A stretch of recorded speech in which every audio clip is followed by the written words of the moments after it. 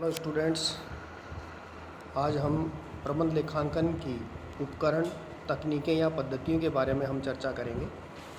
प्रबंध लेखांकन को इन तकनीकों की बहुत आवश्यकता होती है, क्योंकि प्रबंध जो है वो अपने सभी कार्यों को तो कुशलतापूर्वक संचालित करता है, निष्पादित करता है, तो उससे इन तकनीकों की बहुत आवश्यकता होती है। और प्रबंध लेखांकन, जैसा आपको बताया कि प्रबंध लेखांकन का मतलब ही ये होता है कि प्रबंध के लिए लेखांकन, accounting services to the management.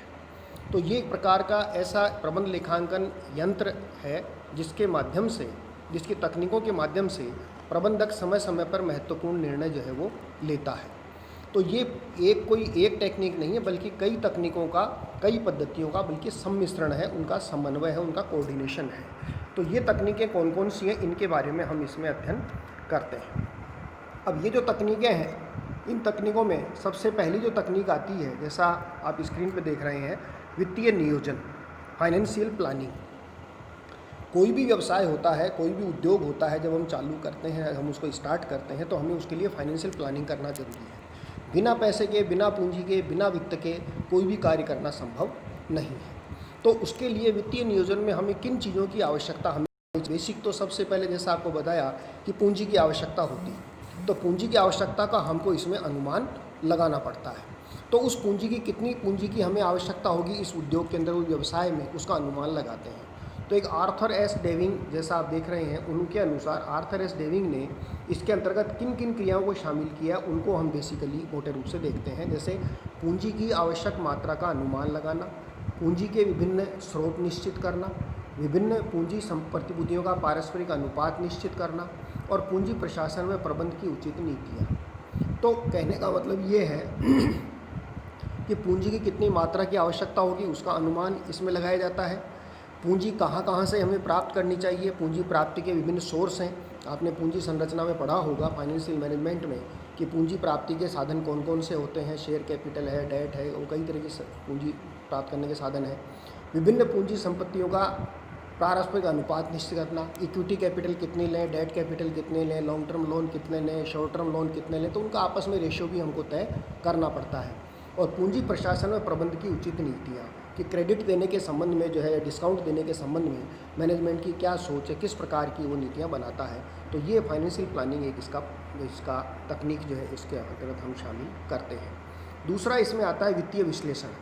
जब हमारे पास फाइनेंशियल सूचनाएं हैं, वित्तीय सूचनाएं हैं, तो इन वित्तीय सूचनाओं का हमको विश्लेषण करना पड़ता है, एनालिसिस करना पड़ता है। जैसा आपको पहले ही बताया था कि ट्रेडिंग, P&L, बैलेंस शीट, इनके माध्यम से हम कोई निष्कर्ष नहीं निकालते जब तक इनका एनालिसिस नहीं किया जाए। तो इनका एनालिसिस करके प्रबंधकों के लिए कंपनी की लाभदायकता की स्थिति क्या है, शोधन क्षमता की स्थिति क्या है, कंपनी की कार्यकुशलता कैसी है, इनके संबंध में हम एनालिसिस करते हैं, जिनके लिए विभिन्न तकनीक प्रबंध लेखांकन की हम काम में लेते हैं। जैसे कंपेरेटिव स्टेटमेंट, ट्रेंड एनालिसिस है, रेशियो एनालिसिस है, फंड फ्लो एनालिसिस है, कैश फ्लो एनालिसिस है, इनको हम काम लेते हैं। तीसरी टेक्निक आती है ऐतिहासिक लागत लेखांकन, historical cost accounting. Historical cost accounting का मतलब क्या है कि ऐतिहासिक लागत लेखांकन का अर्थ क्या है कि लागतों को उनके उदय होने की तिथि अथवा इसके बाद विभिन्न वर्गों में विभाजित करके लिख देते हैं। जो लागत होती है उसको, जब ये लागत उदय होती हैं, उसके बाद इनको विभिन्न वर्गों में विभाजित इनको हम कर देते हैं। जैसे जॉब कॉस्टिंग, प्रोसेस कॉस्टिंग, तो इनका उपयोग इसके अंतर्गत हम जो है वो करते हैं। स्टैंडर्ड कॉस्टिंग, इनका उपयोग इसमें हम करते हैं। अगली टेक्निक है प्रमाप लागत विधि। तो स्टैंडर्ड कॉस्टिंग, लागतों पर नियंत्रण, ये भी एक बहुत इंपॉर्टेंट जो है वो टेक्निक है। कि स्टैंडर्ड कॉस्टिंग क्या है, पहले हम इसका भलीभांति जिक्र कर चुके हैं। इसको वेरिएंस एनालिसिस भी कहते हैं। हम कोई भी वस्तु का निर्माण करते हैं तो उसकी पहले अनुमान, लागत का अनुमान लगाते हैं कि इसकी कॉस्ट कितनी आएगी, और वास्तव में जब हम वस्तु का निर्माण करते हैं तब उसकी वास्तविक लागत कितनी आती है। तो कई कारणों से वास्तविक लागत और आपके प्रमाप लागत में अंतर होता है। तो ये अंतर किन कारणों से है, उनका हम विश्लेषण करते हैं। ये कारण सामग्री की वजह से हो सकता है, श्रम की वजह से हो सकता है, या ऊपरी व्यय की वजह से हो सकता है। तो इनके तीनों के अलग अलग विचरण हम याद करते हैं। इसके बाद आता है सीमांत लागत, मार्जिनल कॉस्ट। तो मार्जिनल कॉस्टिंग की जो टेक्निक है, इसको बेसिकली हम डिसीजन मेकिंग टेक्निक भी कह सकते हैं। मार्जिनल कॉस्ट का मतलब होता है वेरिएबल कॉस्ट, एक प्रकार से हम कह सकते हैं, क्योंकि कॉस्ट को दो भागों में बांट सकते हैं, फिक्स्ड कॉस्ट और वेरिएबल कॉस्ट। तो फिक्स्ड कॉस्ट तो वो होती है जो हमको हर हालत में चुकानी पड़ती है, चाहे उत्पादन हो चाहे उत्पादन नहीं हो, कम हो या ज़्यादा हो। और वेरिएबल कॉस्ट जो होती है वो जैसे जैसे उत्पादन बढ़ता है ये बढ़ जाती हैं, जैसे उत्पादन कम होता है ये कम हो जाती हैं। तो सीमांत लागत जो है इनका निर्णय के अंतर्गत बहुत ही महत्वपूर्ण रोल इनका जो है वो होता है।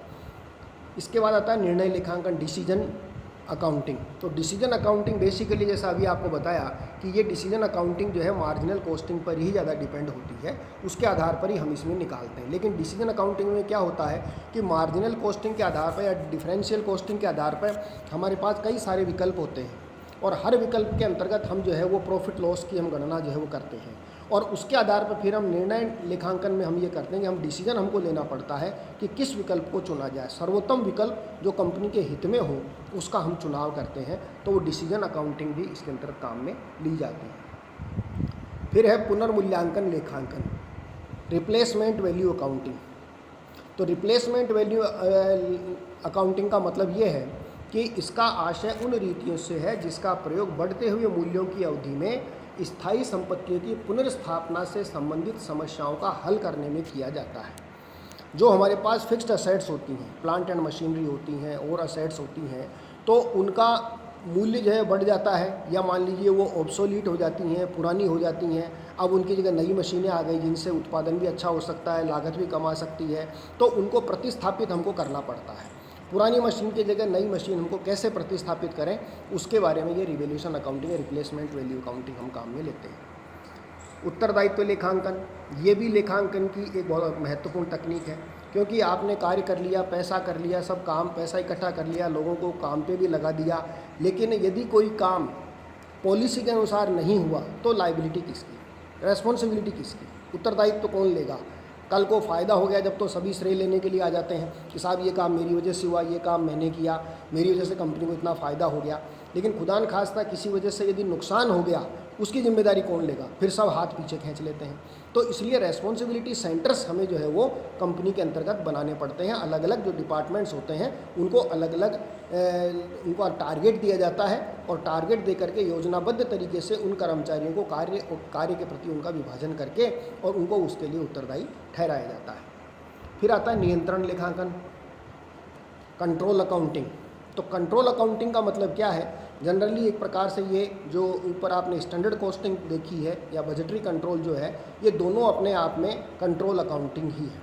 कंट्रोल अकाउंटिंग कोई अलग से अकाउंटिंग नहीं है, लेकिन कंट्रोल कैसे करें, लागतों को नियंत्रित कैसे करें, तो उसके लिए हम ये प्रमाप लागत है, बजटरी कंट्रोल है, आपके रिपोर्टिंग है, एनालिसिस वगैरह है, इन चीज़ों को हम इसके अंतर्गत काम में लेते हैं। एनालिसिस, इंटरप्रिटेशन, जिनके द्वारा हम लागतों को नियंत्रित कर सकते हैं। अंकेक्षण, ऑडिटिंग, लेखांकन का एक ये महत्वपूर्ण अंग है ऑडिटिंग। कोई भी कार्य जब कर लिया जाता है तो कार्य करने के बाद में उसकी ऑडिटिंग होना जरूरी है, जो एक निश्चित जो है एक जो क्वालिफाइड चार्टर्ड अकाउंटेंट्स होते हैं उनके द्वारा कराई जाती है।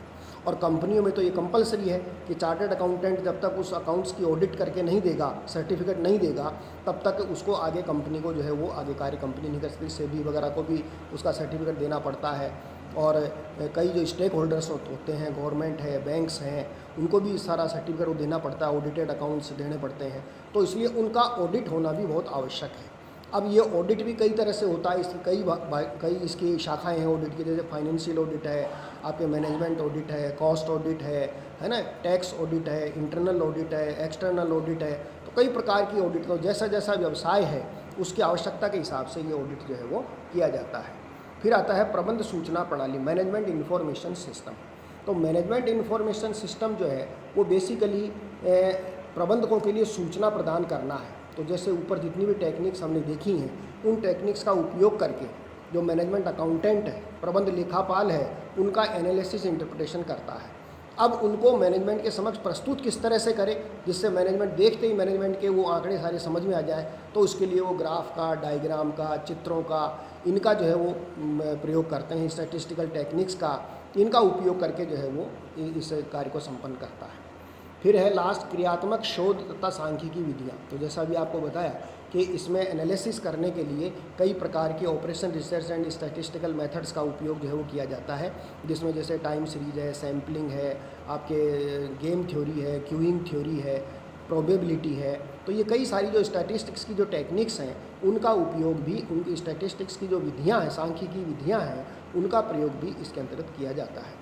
तो ये विभिन्न प्रकार की जो है वो इसके अंतर्गत तकनीकें हैं, पद्धतियाँ हैं, जिनका हम इसमें प्रबंध लेखांकन के अंतर्गत हम इनका उपयोग करते हैं। प्रबंध लेखांकन करने के लिए ये सारी चीज़ें होना आवश्यक है। तो इसीलिए प्रबंध लेखापाल कोई छोटा मोटा व्यक्ति, ना सामान्य व्यक्ति नहीं हो सकता।